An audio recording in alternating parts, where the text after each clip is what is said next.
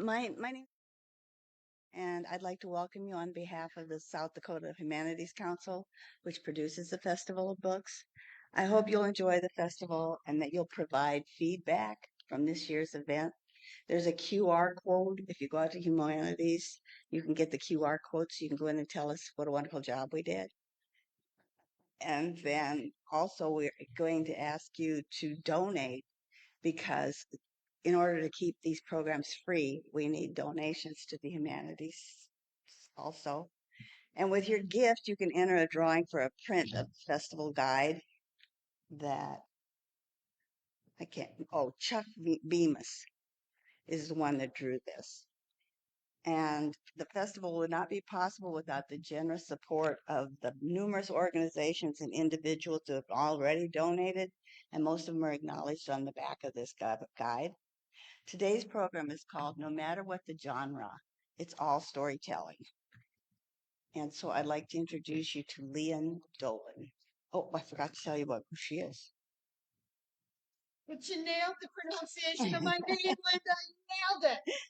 Okay, Lian is a writer, a podcaster, and the author of 5 best-selling novels, including the 2024 Marriage Sabbatical.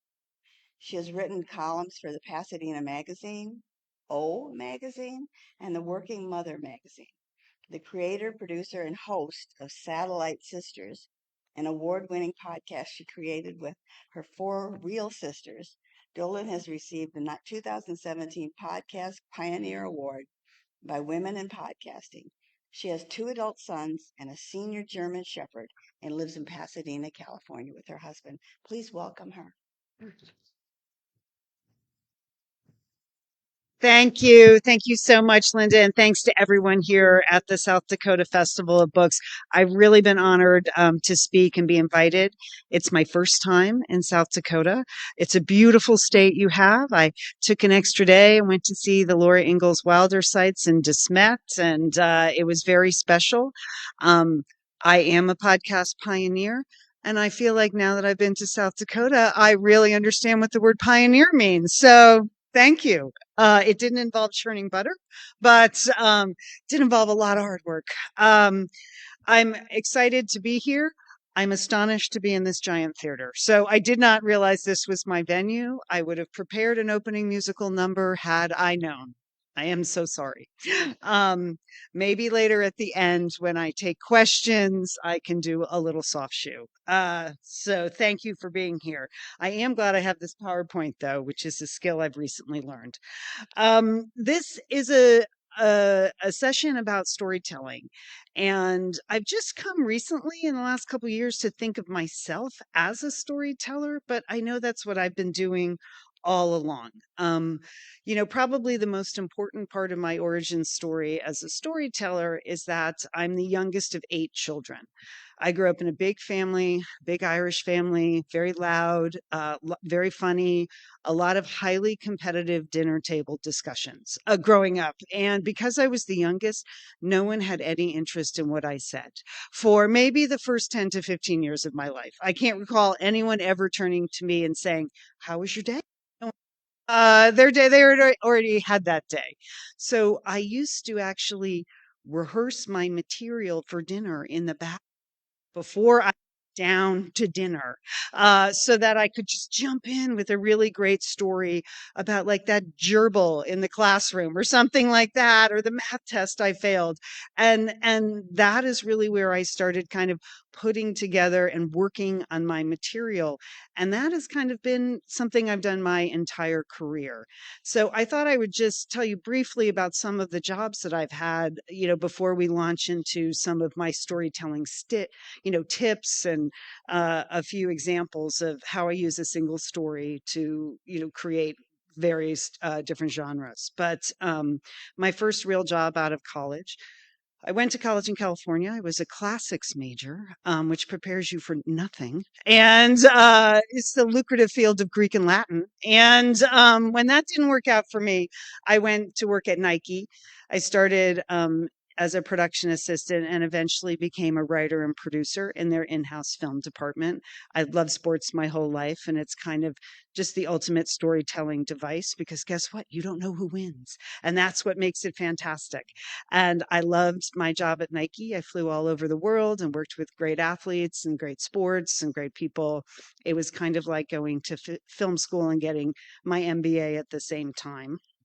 Um, and then I married my husband, so I moved to Los Angeles, and where I took the mandatory screenwriting classes at the American Film Institute. Because, when you enter the LA zone, you're required to have at least one unproduced screenplay in your back pocket. And I did learn the craft of screenwriting there. I have several unproduced screenplays, so see me after if you're interested. It was in my 30s that I started Satellite Sisters, which kind of became the centerpiece of my professional life. I have four real life sisters, all older than me, and we decided, hey, why don't we do a radio show together? Why is there nothing on the radio that sounds like us when we talk? We talk about our weeks and we talk about the news of the day and we try to solve a personal dilemma and then we talk about the books we read. That sounds like a good radio show. And apparently the people at the public radio station in New York thought it was. And we sold our idea. And then we had to go, maybe you've heard, public radio has no money. So then we had to go raise the money, form a company and raise the money, which wasn't really in our plans. But Satellite Sisters started, we went on the air 24 years ago now, April 1st, 2000. And we spent 3 years on public radio, where we did a 1 hour produced show. Then we moved to ABC Radio, where we were on the air for 8 years. And we did 3 hours a day of live radio, 6 days a week. It's just so much talking. It's so much talking. Oh my gosh. By Friday, we'd be out of material, just done. We had nothing. And I'd drive to work and see a billboard. I'm like, I feel like I can do 15 minutes on that billboard. Great. And then we became a podcast in 2009.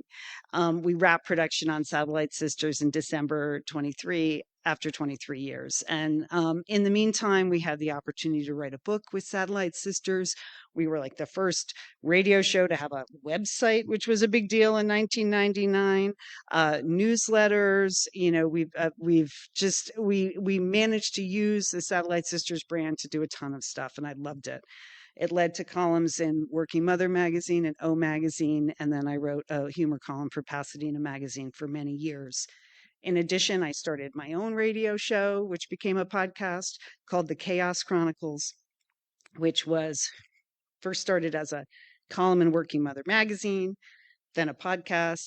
Then I created a TV pilot with a friend, and we sold that TV pilot to Nickelodeon. Now, it never got produced because instead they picked Scott Baio's show over mine. So imagine losing out to Chachi. It was just terrible, but I got over it. I wrote my first novel at 45. And I like to say that because, especially at a conference like this, there are usually a lot of writers in the group, and it's never too late. It took me that long to kind of figure out what I wanted to say and have the skills to say it and the courage to do it. And now I've completed 6 novels, and it was sort of an extraordinary turn of careers, but I think everything was leading up to it.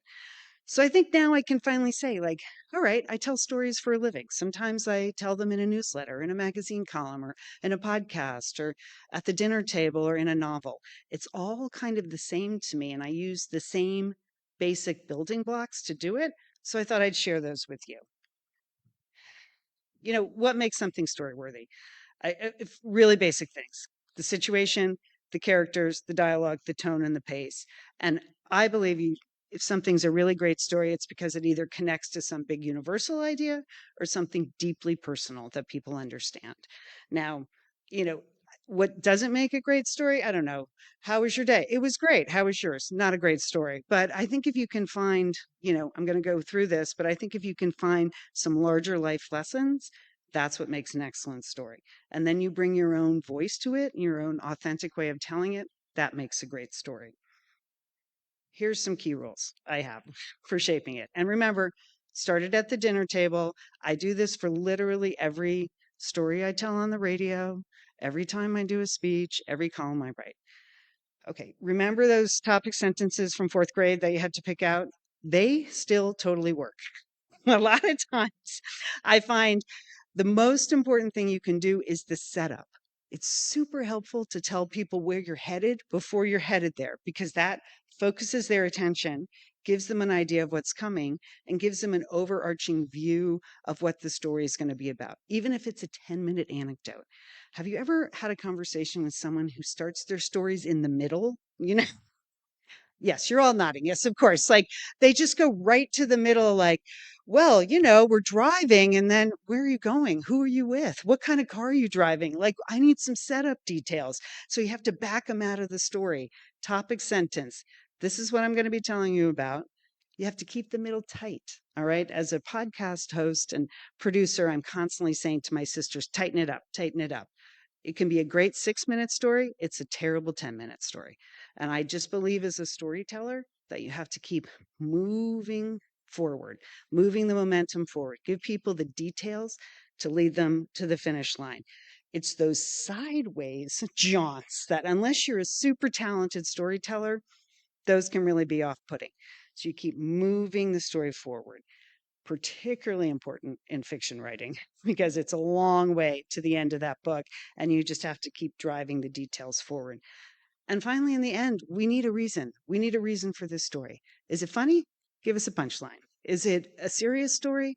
Give us a little bit of life lesson. What did you learn from this experience you just had?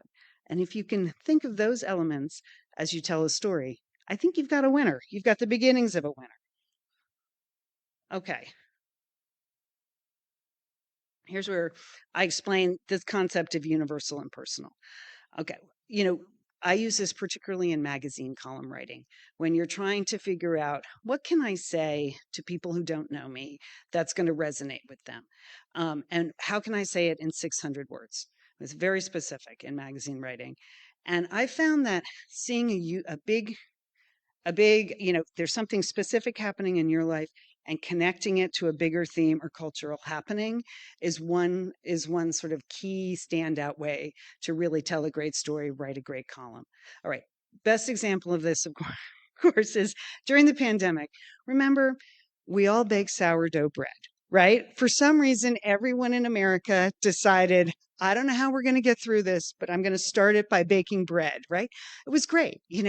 People kept posting their bread and talking about their bread. And the New York Times was writing op-ed pieces about sourdough bread. And we were seeing bread segments on TV. I mean, I'm shocked there's not a Hallmark movie called like Sourdough Sisters or something. How is that possible? That doesn't exist. But it was the simple act of baking bread was this universal symbol during the pandemic that we were making it through. We were okay. I'm not a baker, so I didn't bake sourdough bread, but I live in LA and I had a sourdough dealer actually. I found on Instagram a baker called Walrus and the Hedgehog, and I just texted them and sent money. And a loaf of sourdough would appear at my front door. And I don't know who dropped it off, Walrus or Hedgehog. I don't know. Uh, and we did this like every week for 6 months. And finally, my husband was like, oh my God, we've got to stop with the bread, man. We've gained so much weight. What are we going to tell the kids? We got to stop with the sourdough. All right. But that was our little connecting our personal behavior to the universal. And then I could drop it into a presentation like this, and it's a little bit of a story. But you see examples of that all over the place. Something specific, and then I feel like it's the cone going up to something more universal. Of course, the flip side of that is finding the personal in the universal, right? You identify a larger topic, how it's affecting society, and then you take a look at how you are part of that trend. Where do you fit into the story? Can you add your particular point of view about this? Now, okay, I work in the realm of sort of pop life, pop culture, things happening of the minute. And all of a sudden, people had the job of influencer. That was a job. I didn't really understand that because I thought real influencers were like teachers and I don't know, Nobel laureates. I didn't know they were people telling us how many layers of Spanx we needed to wear before we put our jeans on to get rid of our bellies. So I was confused by this term influencer. And so I had to look at That was the trend. And then I brought it down to the very small number of things I had influenced people on in my life. I once bought a pair of sequined black pants at Chico's. They really look great on me. I think 5 other people bought them because of that. There you go. I'm a mini influencer. Big trend brought down to a very small level. So those are the two things I work on when I'm working on particularly storytelling or column writing. Are these either universal to personal, personal to universal? The same is true with fiction. It's harder with fiction to jump on a zeitgeist because fiction publishing works so slowly, right? It's hard to write on something trendy or something that may be of the moment because it takes years to from idea to the book actually coming out. But you can obviously. My current book is called The Marriage Sabbatical, and it explores a couple that decide to take a year off their marriage and kind of do their own thing, no questions asked, see you in a year. And you, I see you nodding now. You're very interested in this topic. We can talk after. It's not a how-to, but if you want to use it as such, please do that.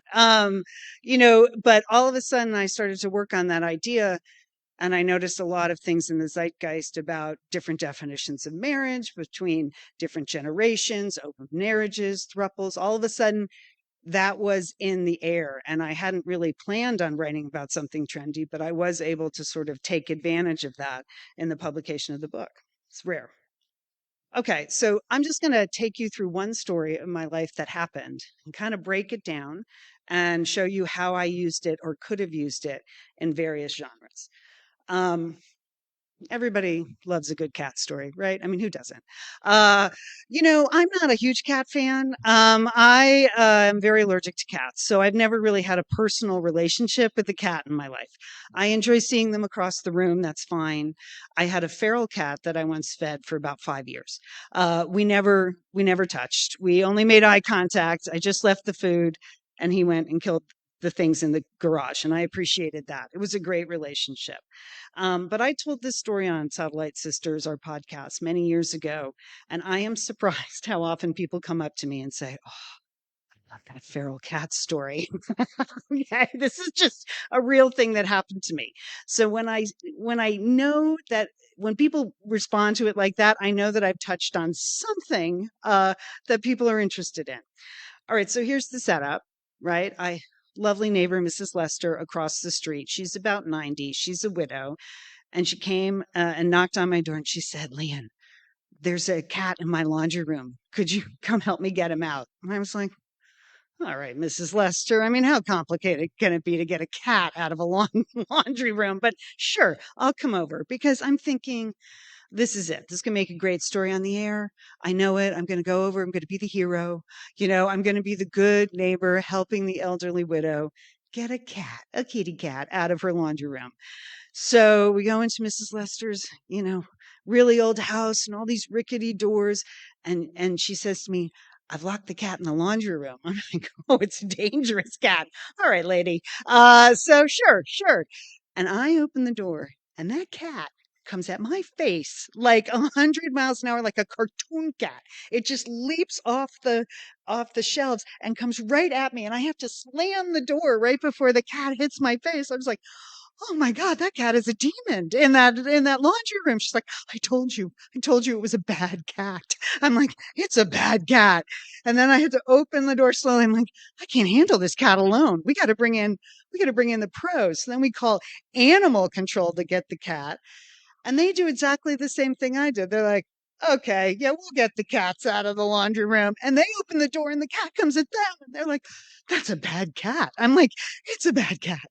uh Eventually they like suit up, they put on their armor, they have like helmets and nets, and the two of them go in and they capture this feral cat, and off it goes to I don't know where. I like to think cat heaven, but I don't know. Do cats go to heaven? I don't know.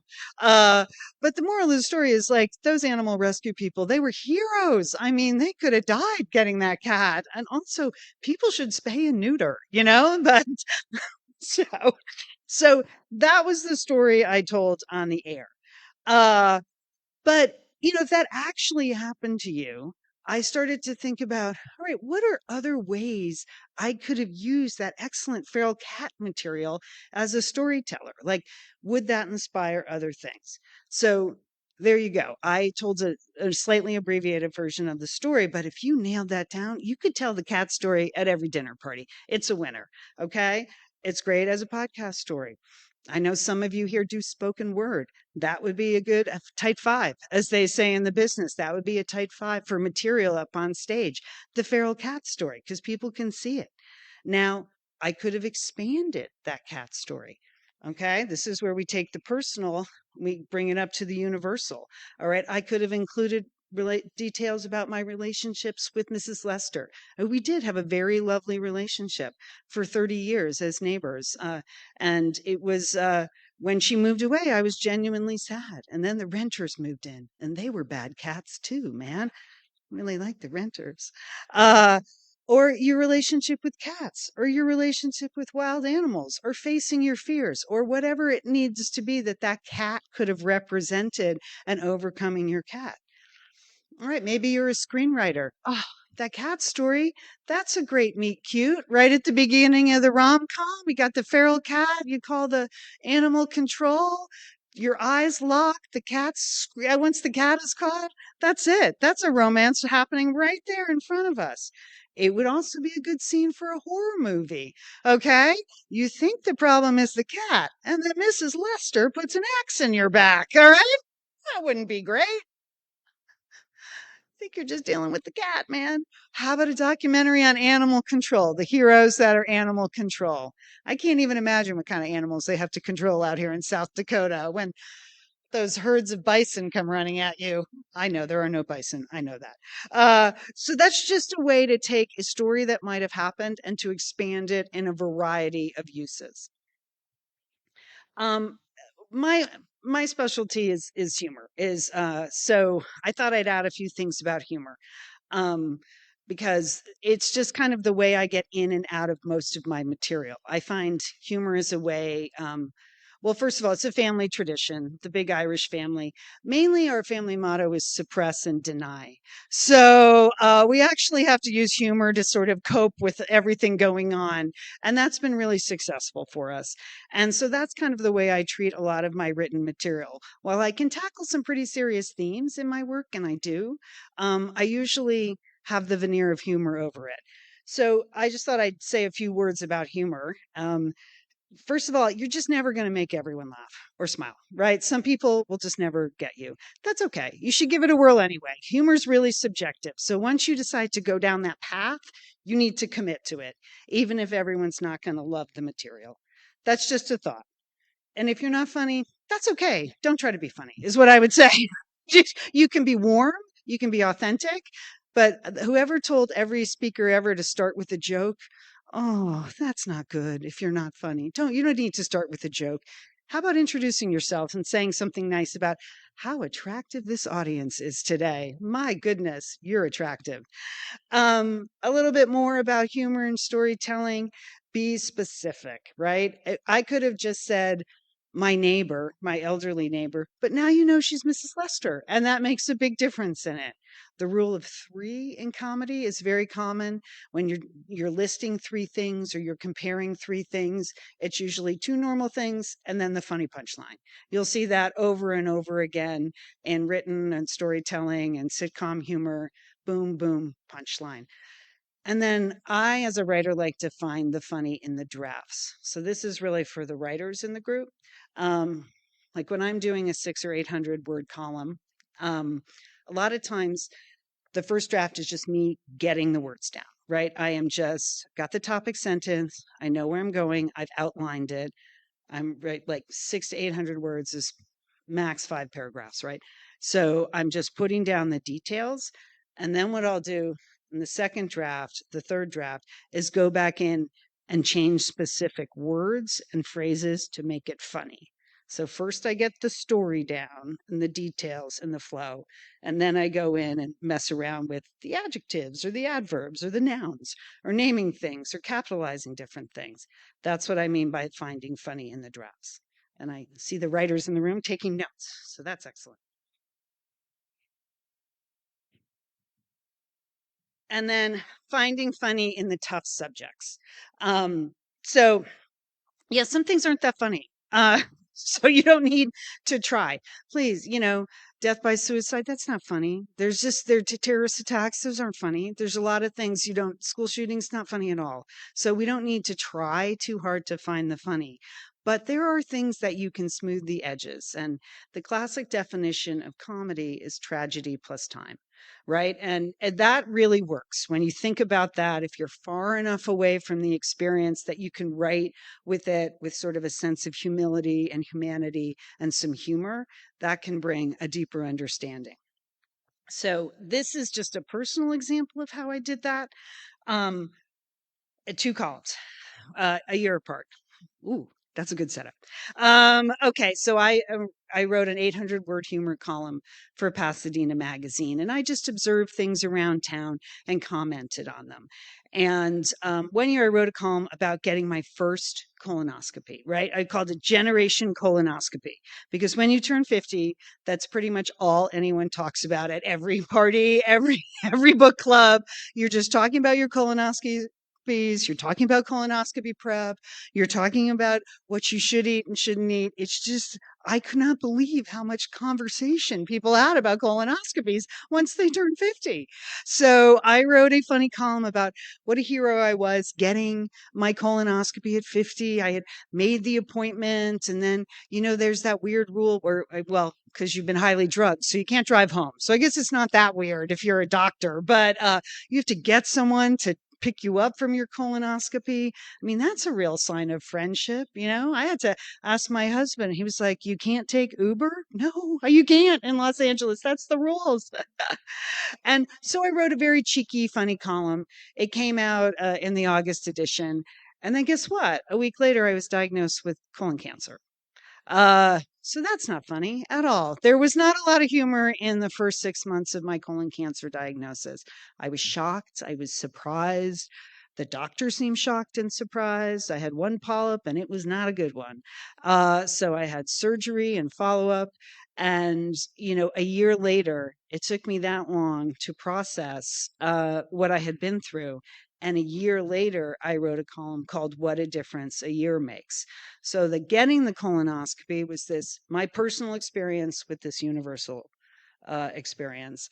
But what a difference a year makes was really taking the universe. I'm sorry, backwards. Getting the colonoscopy, universal to personal. Getting colon cancer, personal to universal.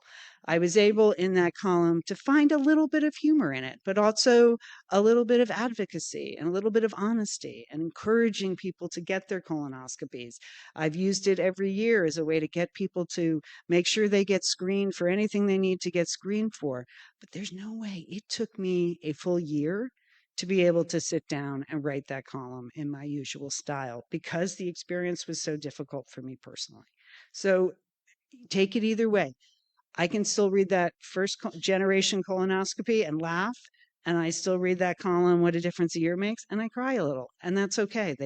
It works both ways. So that's just one very personal example of how the same experience can be looked at from two different ways. In conclusion, then I'm happy to. Where are we? Oh, yeah, we have plenty of time for questions. Happy to take questions. Um, Nora Ephron said it, everything is material. Everything is material. Believe me, if I can do 15 minutes on a billboard, you got plenty of material happening in your world. It's all really a matter of how you shape it, how you think about it, thinking about it as a potential story, structuring it, and then working it. I am the woman that walks my dog every day and talks out loud, full voice, as I'm working on my material. And I have every year for 25 years doing Satellite Sisters. Our show is a live radio show. There was no re-edits. You couldn't go back. It was, Lian, how was your week this week? And if I had really bad root canal experience, people enjoy bad dental experiences, by the way. That's also another good source of material. Uh, like I had worked on that terrible root canal experience. So that is now one of our top listened to shows of all times. Is the story of my terrible root canal. So my pain, your joy. You're welcome. Uh, But, everything really is material if you want it to be. And material is everywhere. As a storyteller, as a writer, and a podcaster, I look everywhere for something to say or to write about. I read everything, I watch everything, I listen to everything, I absorb. I go to live theater and music shows and art galleries. I go to a lot of places to get my ideas and kind of synthesize it down, no matter what genre I'm using it for. Maybe it's a 6-minute anecdote on a podcast. Maybe it's the kernel of an idea for an 80,000 word novel. I'm just a big believer in taking material in, absorbing it, and using it for your purposes. What makes a great story? Sharp language, smart references. If you can do that, you're a winner. And you know what that takes? Talking out loud to yourself in front of the mirror a lot. I mean, just saying, like, your story's going to get better every time you tell it. So you need to tell it a couple of times before you can really launch it at that next book club meeting or your next business meeting. Just do it, but definitely rehearse it. Um, I said to someone here at the conference the other day, I'm doing the Wine, Women, and Words event tonight, and we got a very vague outline.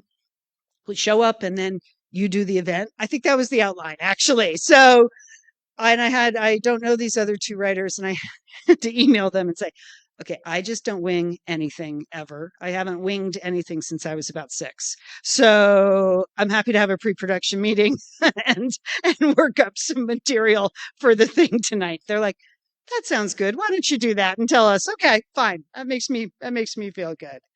And I always think too, like, if the material you're telling makes you laugh or cry or think, it's good material. I think you're a pretty hard audience. Based on this reaction. No, I'm kidding.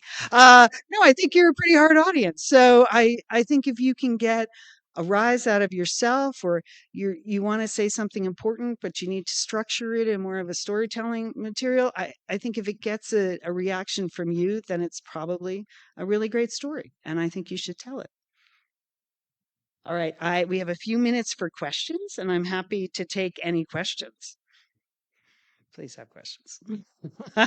Yes, here in the front row.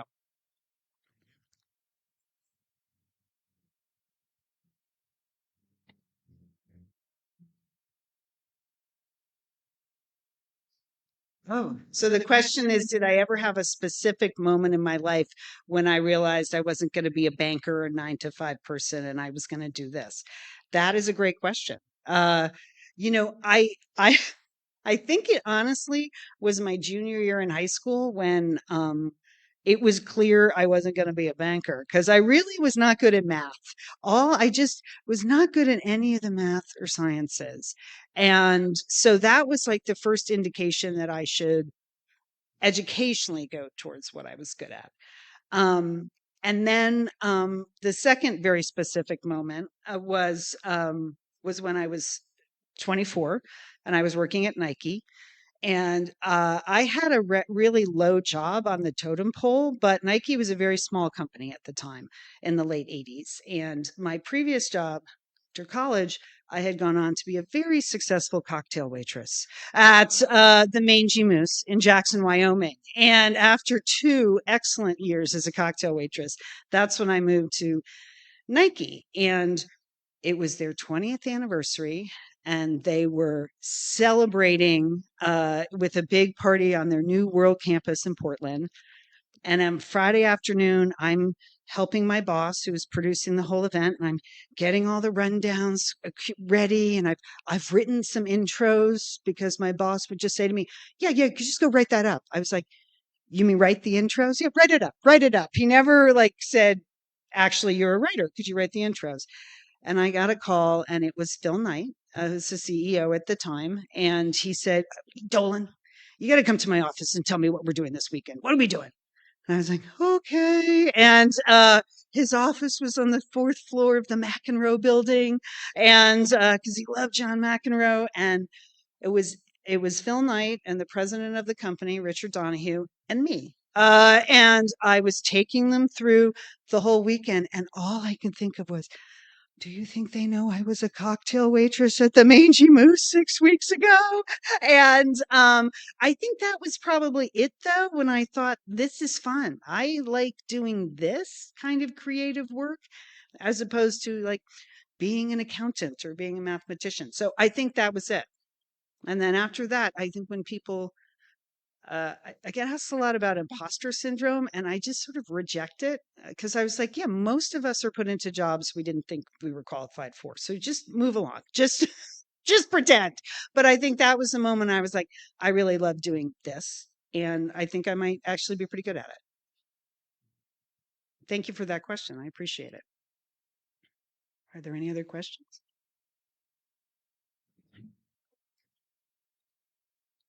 What do my children do, and how old are they? So I have two sons. They are 29 and 26. They live in Los Angeles and they are both in the photography business. So they both have creative jobs. My husband has a real job. For our 31 years of our marriage, he's put on a suit and tie and goes to work every day and gets health insurance. He's in real estate, but he is the last man in LA to wear a suit to work. And but my sons are both in the photo and film business. My older son went to an art school, Art Center College of Design in LA, and he owns a photo studio and he shoots and he has a big rental business and he works with big clients. Ironically, Nike a lot, which is sort of fun, and I don't know, Gucci and Airbnb, and he is making a living as a professional photographer in New York and owns his own business. And then my younger son, Colin, I was really hoping he'd be a writer. So because he went to Evergreen College in Olympia, Washington, solely based on the fact that it was the alma mater of Matt Groening, who created The Simpsons. That was it. He did not need to know anything else. The minute the tour guide said that, he was like, well, this is it. I don't need to go anywhere else.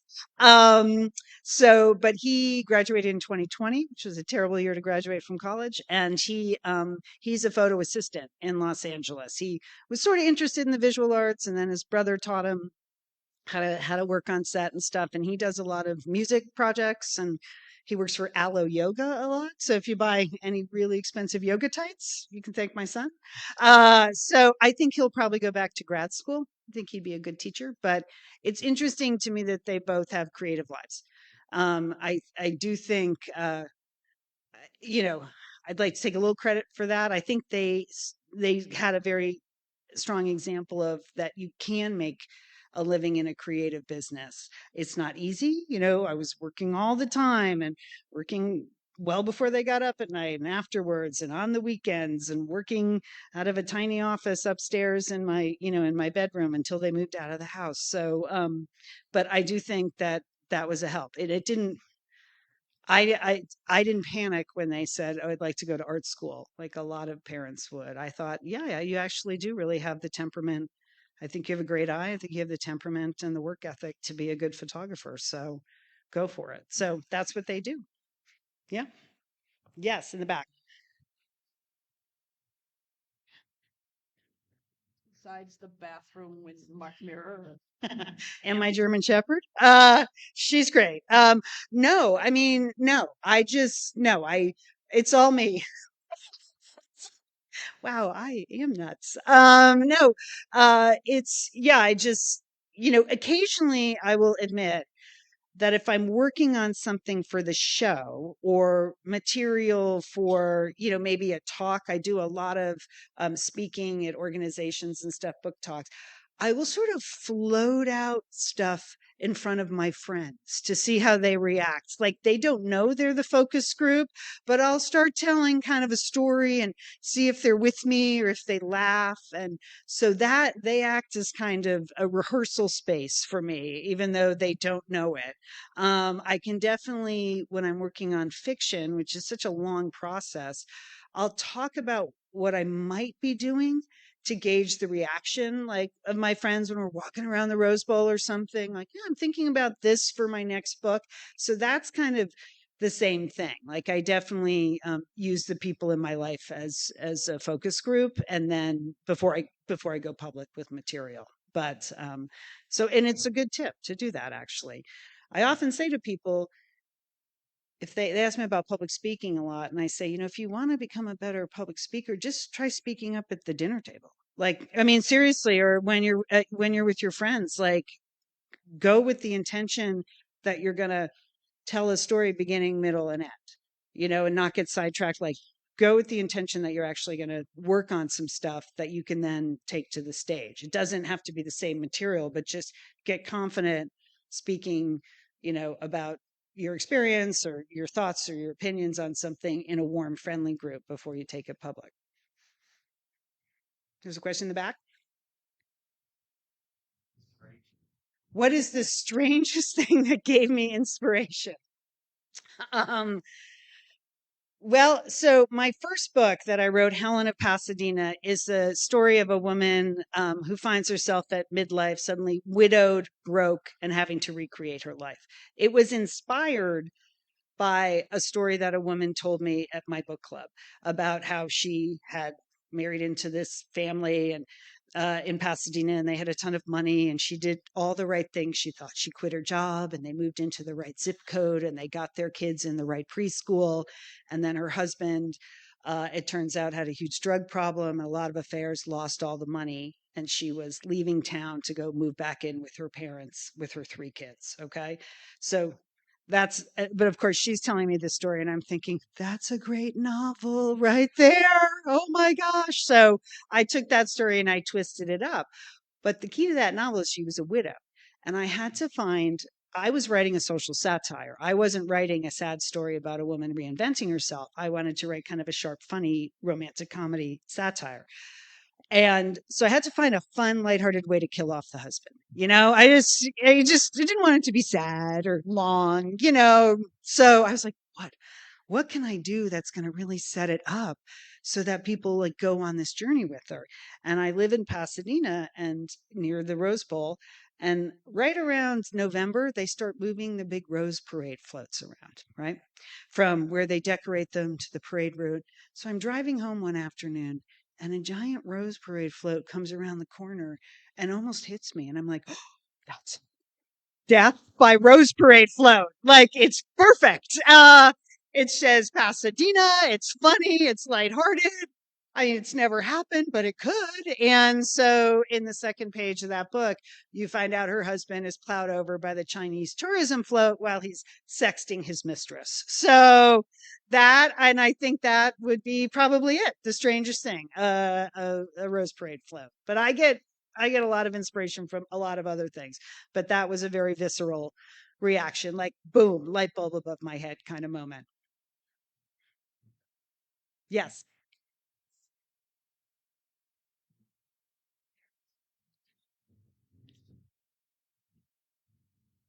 The question is about the settings of my books, and one is set in Paris. My current one's set in Santa Fe, and I like to use sort of fantasy settings because why not? It's fiction. I never did live in Paris. I visited Paris a lot in my 20s, but then I started working and had kids, and it was like 30 years till I got back to Paris. So I wrote the book without revisiting Paris. That is the wonder of the internet. I could go down Google Maps. I could actually walk down streets in Paris. I followed a ton of Instagram accounts that had to do with Paris, and every expat who's ever moved to Paris has an Instagram account. I subscribe to a lot of newsletters about Paris. So that's how I kind of got the feel and everything. But once I sold Lost and Found in Paris, which is an art history mystery set in Paris, then I went to Paris and retraced. The book was already written. And so my son and I went and we retraced the route of the book, and I made adjustments to make sure I had gotten everything right. But Paris, still Paris. So still great. And I did the same with Santa Fe for this book. I had been there a long time ago. I started to write it. I knew I really needed to get the feel of Santa Fe. So sometimes you have to go to the place. But the truth is, in the publishing business, sometimes your advances are not very big. So it's not like you can go take I'm not Sarah Jessica Parker, it's not a Sex in the City situation. We're getting paid tons of money. And I did about 3 years ago. My husband said, I feel like we should make a goal that you don't lose money on your career anymore. I was like, feel like we should too. So with the Paris book, I did wait till I had the advance before I went. And same with the Santa Fe book. But so that's it. But I use a combination like a lot of research. I always subscribe if I can. My next book comes out next year. It's about a wedding that's set in Montecito, California. So I subscribe to their daily paper and things like that. I really do a lot of work because I like books with a real sense of place. And so I try to get that right. Let's see. I think we're about to end the live stream. They've been live streaming this. So thank you so much. Is there one more question or else we'll wrap this? Because I know it's a busy day for people. What am I reading now? Why is that the hardest question for for writers? Because it's like you forget everything you ever read when people ask you that question. I did just read Five Little House on the Prairie books. So before I went to Dismet. So I'd like to thank you. Revisited those. So I did that. Let's see. I'm trying to think of. I just really enjoyed a book called The Wedding People, which is fiction. It's a really interesting story about the people at the wedding, which was, I really liked it. I thought it was smart and funny and really interesting. I just picked up Jodi Picoult's new book, which is about Shakespeare.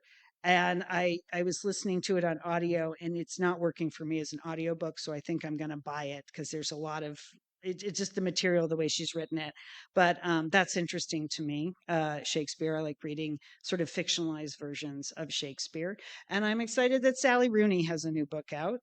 So I will pick that up this week. She's a young writer that I like. But really, there are a lot of great books here. I was proud to be interviewed on public radio yesterday with Sarah Mona Susan Power. Thank you so much. And she's speaking here, and she has a wonderful book called The Doll Collective, which sounded amazing, that I'm going to pick up. So that's next on my list.